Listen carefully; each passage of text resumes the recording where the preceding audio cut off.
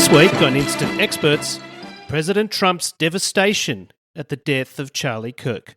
He was so sad, he three-putted.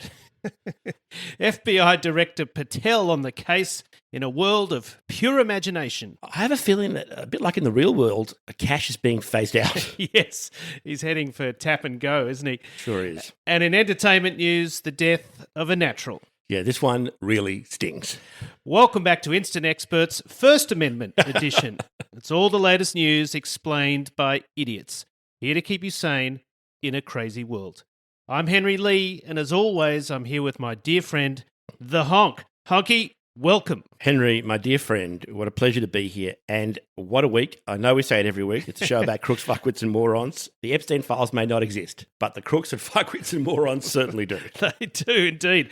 What caught your eye this week? Well, many things, but first off, we have to thank our listeners, don't we? This last week, one of our biggest episodes ever. It was. All we need now is some appalling tragedy to occur live every week, and I guess we're all set. But to be like Kash Patel before the Senate this week and answer your question directly, what caught my eye? You mean your eyes? Kash Patel's eyes point in different directions. We don't like to get personal on this show. It's got to be the aftermath of the Charlie Kirk assassination, doesn't it? A whole lot of stuff going on, including the Trump White House pretty clearly using it to crack down on free speech. Yes, we'll get to that later in the show. Maybe we should do it now. There could be a knock on our door any minute. I'm not sure that ICE really knocks, Honky. Well, they knock if they're on camera. Although I just had my front door fixed too, for real. You did? I heard it. It took the guy exactly 1 minute. He did it so quickly, I think he finished before he arrived. Not an uncommon situation in this house. Look, it's a lovely house where I live. I can't complain, but it was built by lovely people who were Kiwi landscape architects, but in the way of all people who had an association with building, they fancied themselves also renovators and house flippers. Right. But the problem is absolutely fucking nothing in the house was put in the right way or works. Right. Like the problem seems to be the hinge was put in upside down. Right. Reminds me of the great slogan of the plumbers in Sydney, we repair what your husband fixed. Anyway, you were saying. Fixed in this case. I was saying, when I was so rudely interrupted by my own story, that a whole lot of crazy shit has happened this week since the tragic Charlie Kirk murder, including the crackdown on free speech and the insane antics of the FBI Director Kash Patel. But I wanted to start with Trump himself. In the space of a week, Charlie Kirk has gone from a podcaster only slightly more famous than us. Yeah, only slightly. Let me stop talking us down. Almost as famous as us, to basically the Lord Jesus Christ, right? Yeah, he did it the same way too, getting murdered. Like we always say, dying is good for your reputation, but bad for your career. Plus, in both cases, according to the psychotics online, it was the Jews that did it. Anyway, Kirk's basically been positioned as the new Christ, and Trump has been positioned as his surrogate father. Who's the Holy Ghost, do you reckon? Maybe Kash Patel. Maybe we'll get to that. Actually, Kash Patel always looks like he just saw the Holy Ghost. Looks like he saw two Holy Ghosts on different sides of the room. He's always got that look like he walked on people he knows well committing some appalling sexual act. Anyway, Trump has been quoted either as saying or positioned as feeling that Charlie Kirk was like a son to him. Right. So then Trump is asked outside the White House on September the 12th, which remember is just 2 days after Kirk is tragically murdered, how he's holding up after the death of the person that was like a son to him. And yes. Here is what he said. Have a listen.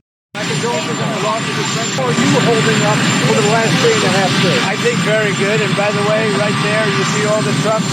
They just started construction of the new ballroom for the White House, which is something they've been trying to get, as you know, for about 150 years. And it's going to be a beauty. It's one of the best anywhere in the world, actually. The kid was like a son to me. And sure, he's dead. But ladies and gentlemen, feel the ballroom. Well, exactly. He always says, we haven't had a ballroom here in 150 years. Do you know why?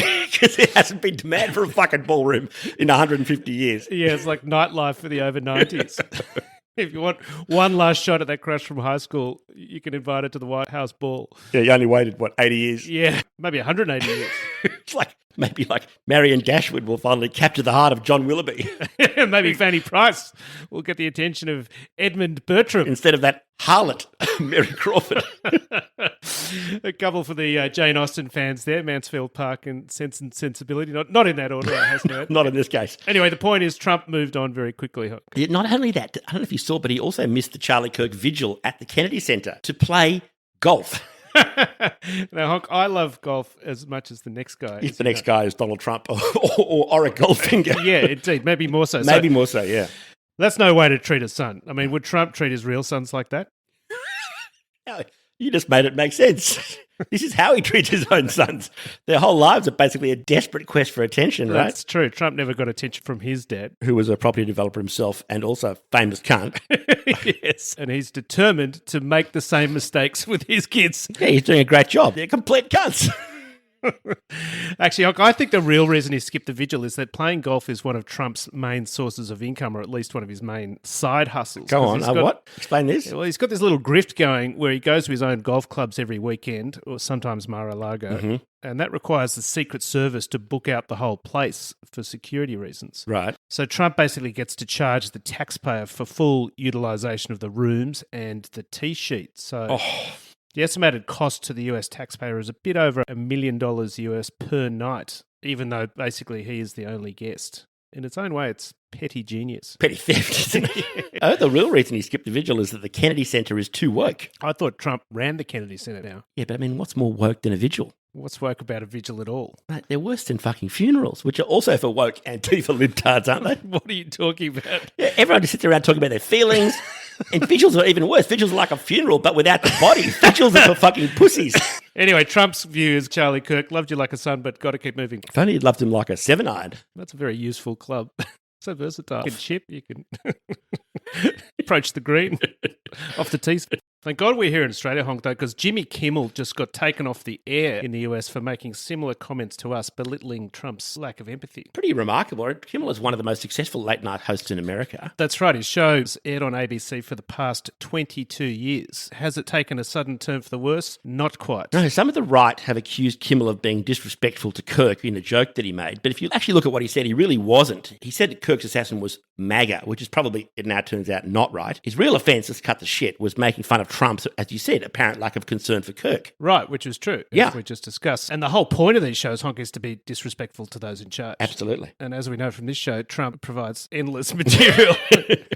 So the real story here is ABC pandering to Trump, with Kimmel being the patsy. The show airs, as we said, on ABC. Now, one of their biggest affiliates is Nexstar Media. TV stations in the US are owned locally, not nationally. So Nexstar Media owns 200 TV stations across 116 cities in the US. Nexstar Media is currently trying to buy a company called Tegna and pick up another 64 stations. And that deal requires approval from the Federal Communications Commission, aka the FCC. So cut to a guy called Brendan Carr, who Trump made chairman of the FCC, and he said on the Benny Johnson podcast, Benny Johnson being another right-wing podcaster, Carr says, quote unquote, "These companies can find ways to take action on Kimmel, or there is going to be additional work for FCC ahead," unquote.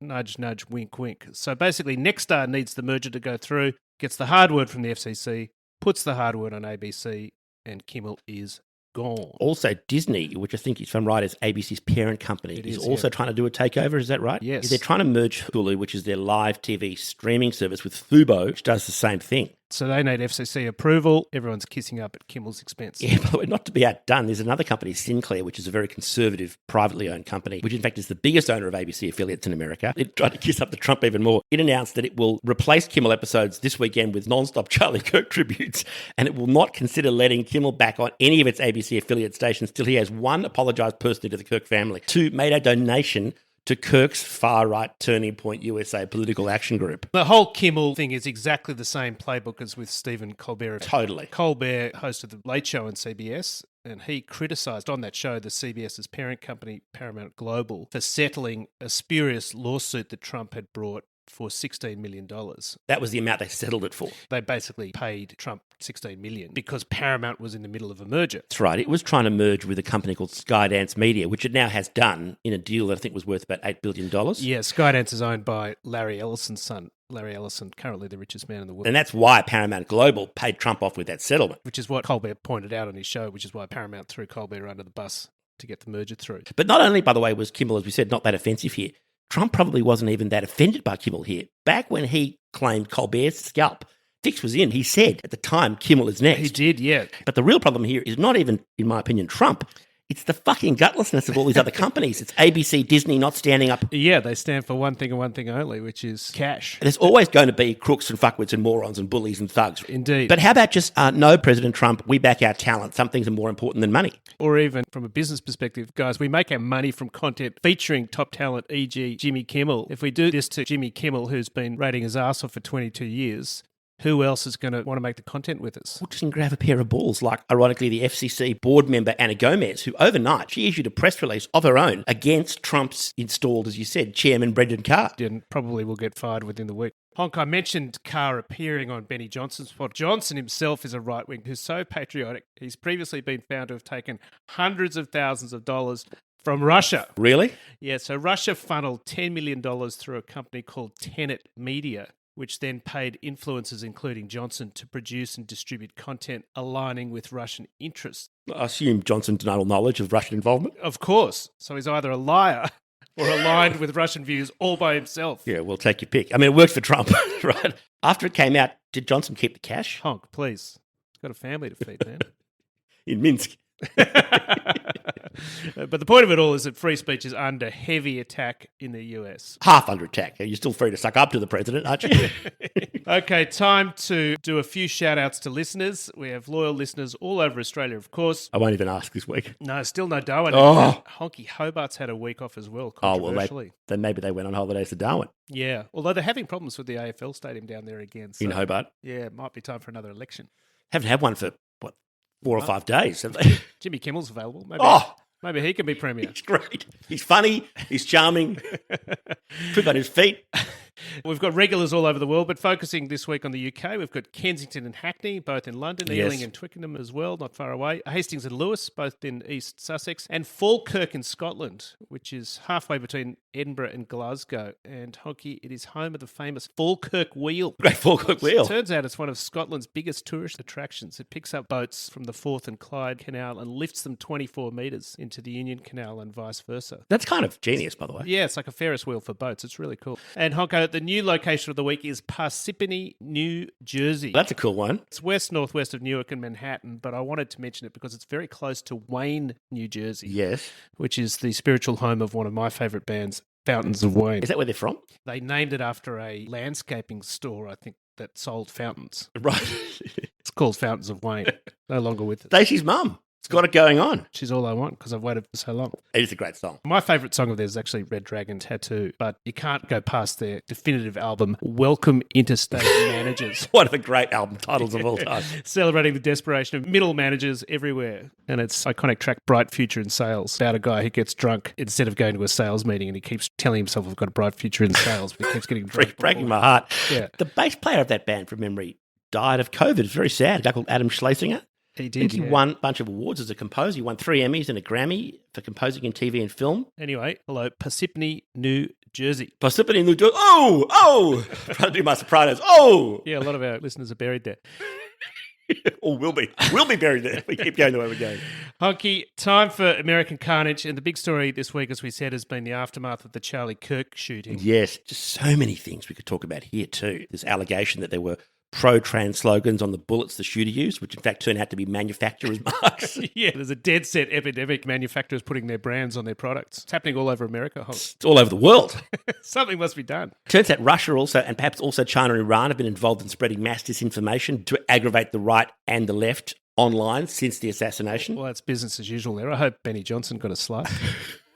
There's this alleged text exchange between the shooter and his lover, who turns out to have been a roommate who was a guy who was transitioning to female, which I've got to say is suspiciously fulsome in its details of the murder plot, yet is somehow also written in the style of a 55-year-old sheriff from Utah. Yeah, with a little bit of Jane Austen as well. Have you read them? I have. To me, it's like a mix between Game of Thrones dialogue sprinkled with law enforcement lingo that only cops use. Like, forsooth, my liege, I doth verily saith I have committed a 5150 with probabileth causes to breach my castle for a 197. Art thou by any providence both my love and a transit? Totally in the words of 22-year-olds. Yeah, exactly. It's not a fix at all. No. But Honky, we want to focus this segment on the guy leading the investigation. Yeah. And in fact, the guy leading multiple investigations, including of the Epstein files. And that is the head of the FBI, Kash Patel. What a great man. And he's got the great distinction of being the first ever director of the FBI who never ever worked there. before taking over. Fresh blood, that's what they needed. It explains why he made a litany of errors immediately following the Kirk shooting. That is not fair. Anybody could have said online to millions of people right after one of the best-known assassinations in history, they had the suspect in custody when they didn't have the suspect in custody. He said, just calm down, all They right? had a suspect in custody, just not the guy who shot In him. fact, not a suspect at all, because they released the person, whoever the fuck it was. Well, lucky for Kash, the shooter's family turned him in, leading to the great line from The Onion during the week about Kash Patel in desperation asking the shooter's family if they can solve any other cases. I'm also loving Kash's work on the Epstein files. The traditional owners of the president, we must recognise. Exactly. As we know, the Epstein files have veered from a Democrat hoax to an undercover operation with Donald Trump as the hero investigator working hard for the American people. Yeah, so we covered that last week thanks to the Speaker of the House, Mike Throbbin Johnson, /M/T. That's right. And now Kash is running a new angle. Oh, a new one. Which is that Epstein wasn't a sex trafficker at all. I'm sorry, what? So he has claimed that, quote, there is no credible evidence that Epstein trafficked underage girls to anyone else, unquote. Clearly dozens of victims beg to differ. And if you think about it, you can't really be a sex trafficker to yourself, can you? You're just a kidnapper and then a rapist. Ghislaine Maxwell, found guilty of sex trafficking beyond a reasonable doubt, was doing all the trafficking without Jeffrey's knowledge while they all travelled together on a tiny private plane to Jeff's tiny private island. Is that Very right? big, tiny plane. Who knows what's happening up the back? You could say. Anyway, Kash Patel was being grilled this week before the House and the Senate Judiciary Committees. Here's Thomas Massey, the Republican leading the charge for transparency on the Epstein files, talking to Kash Patel. According to victims who cooperated with the FBI, documents in FBI possession, your possession, detail at least 20 men, including Mr. Jess Staley, CEO of Barclays Bank, who Jeffrey Epstein trafficked victims to. That list also includes at least 19 other individuals, one Hollywood producer worth a few $100 million, one royal prince, one high-profile individual in the music industry, one very prominent banker, one high-profile government official, one high-profile former politician, one owner of a car company in Italy, one rock star, one magician, at least 6 billionaires, including a billionaire from Canada. But Patel has done two things that are even more pathetic, if that's possible. First one, I can vaguely understand Trump selling merch. Kash Patel is also trying to sell merch. What? There are pictures all over Instagram this week of Patel trying to flog camo hoodies emblazoned with cash spelled capital K, $H, which raises the big question to me, who the fuck wants to buy that? How many pranksters in the country can there be who want to buy that as a joke? I'm sure they have huge interest to cross-eyed losers. Jesus Christ. But even worse, if it's possible, is this revelation this week that Kash Patel wrote some children's books a couple of years back when he was attempting to get himself into office. I did hear about these. To be fair, you wouldn't think there's anything wrong with writing children's books. You can do different things in your life until you actually understand what these children's books are about. Right. Well, if I can jump in there, Honky, I'm proposing that to get us in the mood, yes, we're going to play a little bit of the great man Stevie Wonder's track, Cash in Your Face. Perfect. Underneath the description Yeah, here. well, here we go. A little music. All right, go for it. Okay, so Kash has written these 3 picture books. Jump in here anytime you like. As I understand it, they're called The Plot Against the King. So you're allowed to start getting nervous it's a series, now. yeah. Okay, here's book 1, Plot Against the King. Here's the plot. The story is set in a fantasy kingdom. The characters include, I'm not making this up. This is real, by the way. This is real. Yeah. King Donald, Hillary Quinton, and Kash himself portrayed as Wizard Kash, the distinguished discoverer. On choosing day, which is a standard for an election, there are accusations that King Donald cheated with help from Rushionia. Oh, the subtext, the sheer subtext of it all. I don't even know what he's getting at. It's like a Bergman film. Heralds spread rumours. A character called Keeper Comey is watching. There are, quote, spying slugs, etc. Wizard Kash is asked to investigate. He discovers the truth and exposes the plot against King Donald. But that's only book 1, right? Yeah, well, book 2. Yeah. Okay, again, this is true. Hard to believe, but it's true. Book 2 of the Plot Against the King series is called 2000 Mules. And it builds on the themes of the first. And Yeah. It focuses on the 2020 choosing day, Yes. quote unquote, and claims about election interference, which are the mules of the title, who are allegedly stuffing ballots. King Donald is back. He's of back, course, thank God. Making speeches. Yeah. Sleepy Joe being effectual again. Who's Sleepy Joe meant to be? So subtle. And others like Dinesh and Debbie, who are candlestick makers. little bit of Brothers Grimm authenticity, uncovering evidence of wrongdoing. So that's book 2. Yeah, don't say it's not a book 3, is it? And book 3, and you know what it's called? No. Return of the King. Which What an original title. Patel should sue the shit out of Tolkien. So he continues the saga, this time involving even more drama and fantasy. So this time there's a dragon of jalapenos. There's a what? Hint, D-O-J. Oh, right. That's not some racist reference to Mexicans or something. Well, it's got a double meaning. Oh, okay. Beautiful. You know what? It's got all those elements. He's good. Say what you like. He's good. There's Baron von Biden. Who's he meant to be? So he's been promoted at least. Right, okay. And there's a character called Shifty and various plotting adversaries. So essentially it presents, as the title suggests, a climatic return and restoration with King Donald supporters battling conspiratorial forces successfully. What the fuck is wrong with this guy? Why doesn't he just give, like, Trump a BJ with a cheeky finger assist and just be done with it? Yeah, and with his eyes, he could look down and up at the same time. It's very erotic. That eye contact really makes all the difference. Now, all this was beautifully skewered in Congress this week by Congressman Jamie Raskin from Maryland. Yeah. Now, prior to serving in Congress, if I have this right, he was a law professor for 25 years. He was, yeah. But have a listen to this. Your supporters had hoped that you would graduate from imagining yourself a romantic fairy tale knight to actually running America's premier federal law enforcement agency. Alas, we've learned how dangerous it is to name as director of the FBI a man who thinks of himself as a fairy tale knight who keeps a fire-breathing dragon named DOJ at home to forcibly drive villains out of the kingdom. Yeah, it's very good. I love Congresswoman Jasmine Crockett as well. She's badass straight shooter, and she absolutely dropped a bomb on Kash and then dropped the mic. Have a listen to this. You are the least qualified FBI director in the history of the FBI. That's you were false. I didn't ask you a question. Honestly, we just need to tell you bye-bye. Now, Honky, time for quick shots, and there are plenty to choose from. Trump's been busy murdering people on the high seas without charge, trial or evidence. 11 last week off Venezuela, and another 3 this week. While, by the way, campaigning for a Nobel Peace Prize. So here he is asked about the illegality of it directly. Have a listen to his justification. Venezuela will be strike on the boat illegal. Are you concerned that Maduro might escalate something? No, what's illegal are the drugs that were on the boat and the drugs that are being sent into our country and the fact that 300 million people died last year from drugs. That's what's illegal. Is Trump saying 300 million Americans died from drugs last year? They couldn't care less about other countries, so you'd assume so. It's basically claiming that 80% of Americans died last year. Or failing that, about 4% of the entire world died last year. The Adderall has really fucked his brain, hasn't it? Does he know he's not supposed to smoke it? Wait, you're not meant to smoke it? Fucking hell. We need to wrap this episode up real quick. Maybe you should get the Navy to blow up trucks delivering Adderall to Walgreens. It might be a struggle to get the boats onto Fifth Avenue, but yeah. You could tell Don Jr. to stop using drugs, couldn't he? And just go from there. Although Trump's trying to slow the entry of drugs into the United States. He's not trying to kill the entire economy. Trump was also in the UK this week, which is a trip I think we previewed in an earlier episode. Yeah, that was the one where he was catching up with Prince Andrew. Yeah, talk about old times on Epstein Island. Hard times on Epstein Hard times at Number One Jews Lane. 3-book series in the works. Been made into several films, I think. Or it has been made into several films.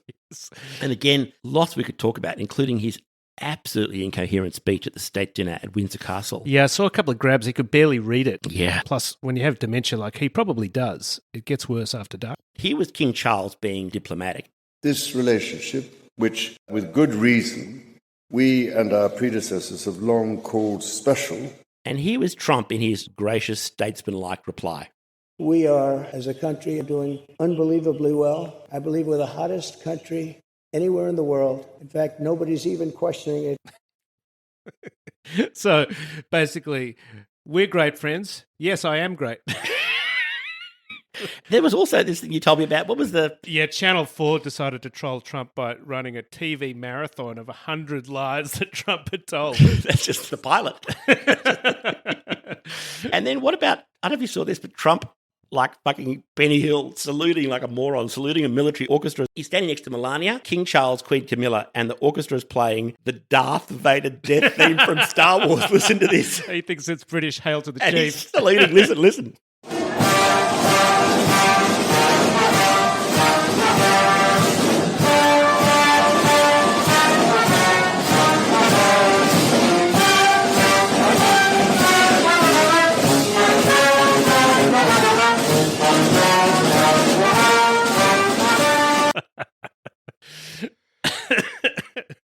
But Hog, surely the best story was that the Epstein files have followed Trump to the UK. While the state dinner was going on in Windsor Castle, activists projected a very well-made film about his relationship with Epstein onto the tower outside. Unbelievable. Went for about 10 minutes uninterrupted, and we might even put the link in the show notes. It's well worth a look. And in the clip I saw, the cops are like rushing to do nothing. Like it looks like they're totally immersed in the video. Riveted. And if you watch it, you will be too. Overall, I think the UK reception for Trump is beautifully summarised by this audio, which was captured during his trip this week. This is the general public of the UK asking the big question.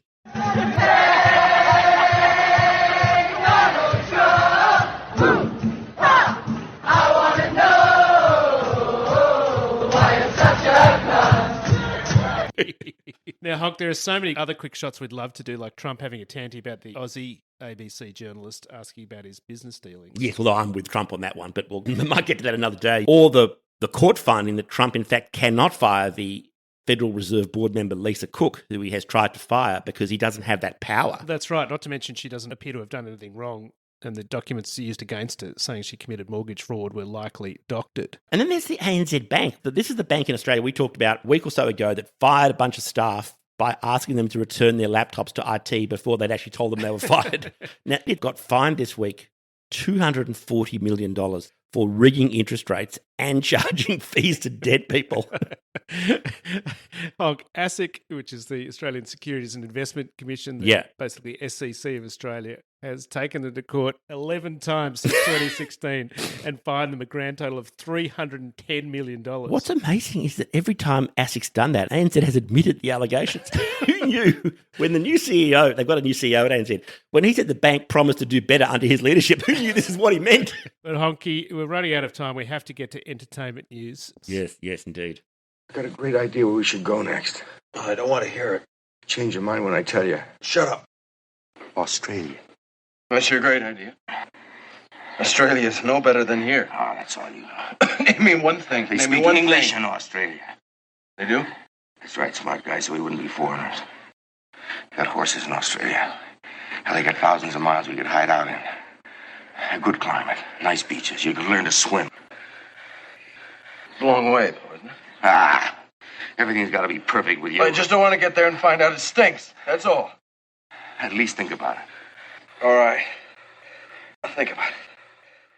And that, of course, was the all-time legend Robert Redford, who died this week. Yeah. In one of our favourite movies, Honky, which we watched together, Butch Cassidy and the Sundance Kid. We did. I forgot that. He was the Sundance Kid, Redford. That was his big breakout role. But Butch Cassidy was played by the other great heartthrob of that era, and in fact, just before that era, Paul Newman. That's right, and the movie itself was written by William Goldman, who also wrote The Princess Bride, another favourite of ours. Yes, and All the President's Men, another Redford classic. That's right, and those two guys, Redford and Newman, were the guys in the early 70s, weren't they? Yeah. Men wanted to be them, women wanted to bone them.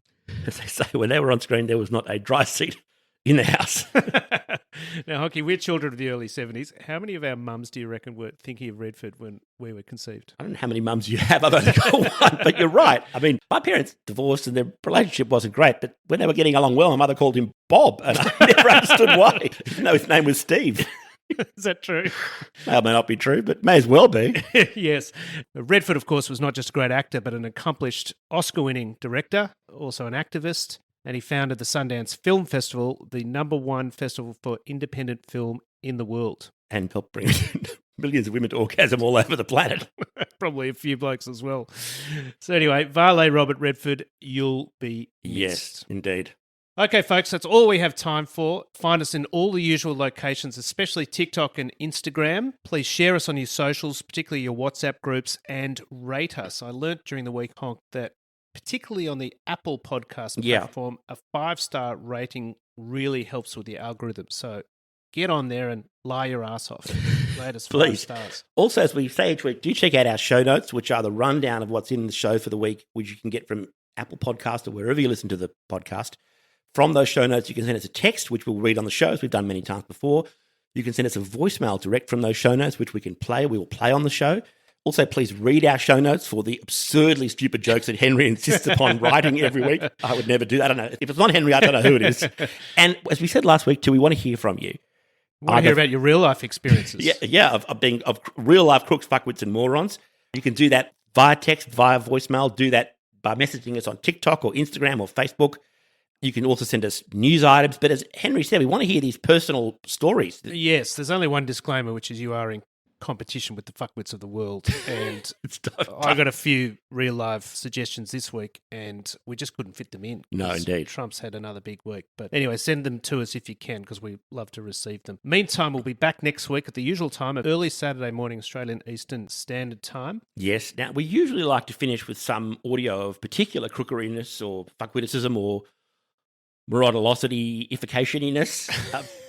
The finding and describing honours sometimes go to me, but this week, Henry, the finding and describing honours are yours. Talk us through it. What do we got? Well, indeed, we thought we'd stick to theme. So in all our criticism of Trump... Who we should just like to stress is still the greatest president ever, by the way, although that does sound a lot nicer in Russian, I realise. It turns out the honker's been signed by the Benny Johnson podcast. But anyway, No. Yeah. I'll press on. In all our criticism of Trump and his use of Kirk's murder, the big problem surely remains America's obsession with guns. There's a dire need for gun reform, surely. Or is there? Go on. What if the problem's something else? Intriguing. So we're going to leave you with a bit from the great stand-up comedian Chris Rock and his solution to the gun control crisis in America. And in my opinion, it's one of the greatest pieces of comedy ever written. So enjoy it. Thank you for your company. We'll see you next week because, as we always say, stupid never sleeps. And everybody talking about gun control. Gotta get rid of the gun. You don't need no gun control. You know what you need? We need some bullet control. We need to control the bullets. That's right. I think all bullets should cost $5,000. $5,000 for a bullet. You know why? Because if a bullet costs $5,000, there'll be no more innocent bystanders. Be it.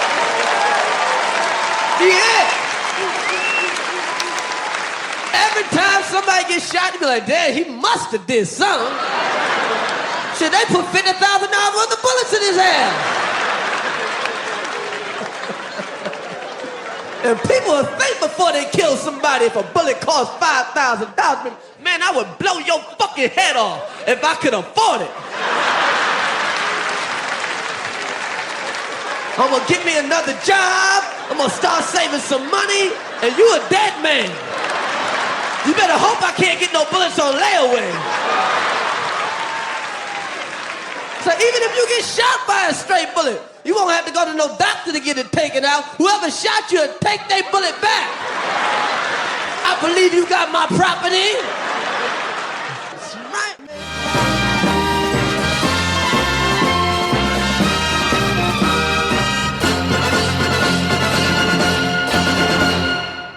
man. Come far, Pilgrim. Feels like far. Were it worth the trouble? Huh? What trouble? And some folks say he's up there still.